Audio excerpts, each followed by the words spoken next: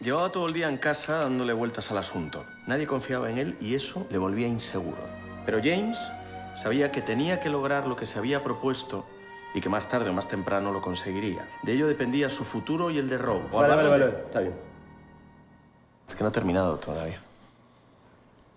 ¿Cuántas veces he dicho que es absurdo poner nombres anglosajones en los relatos en castellano? ¡Qué ridículo! Callahan, ¿quién coño se llama así en Sevilla? Yo es que he intentado... ¿Usted ha intentado qué? ¿Usted qué quiere contarnos? ¿De qué va eso que acabo de oír?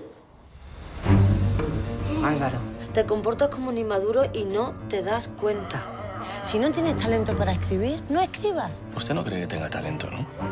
Álvaro, lo que yo pienso no tiene ninguna importancia. Vivir, mirar y escuchar.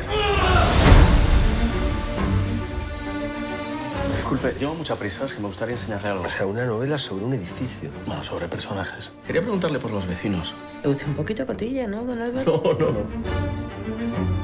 Tiene un montón de dinero. Se lo habrá ganado. Cobrando una pensión de lujo por militar franquista. Mientras tanto, tú te quedas en el paro y puede que vuestros hijos no tengan que comer mañana. Sí van a tener.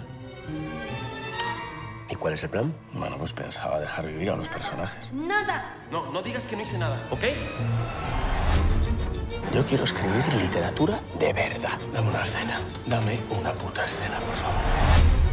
Es que yo no he visto en 3 años una línea de algo que ha pasado. Cuénteme usted cómo se hace una paja. Cuénteme usted cómo me odia.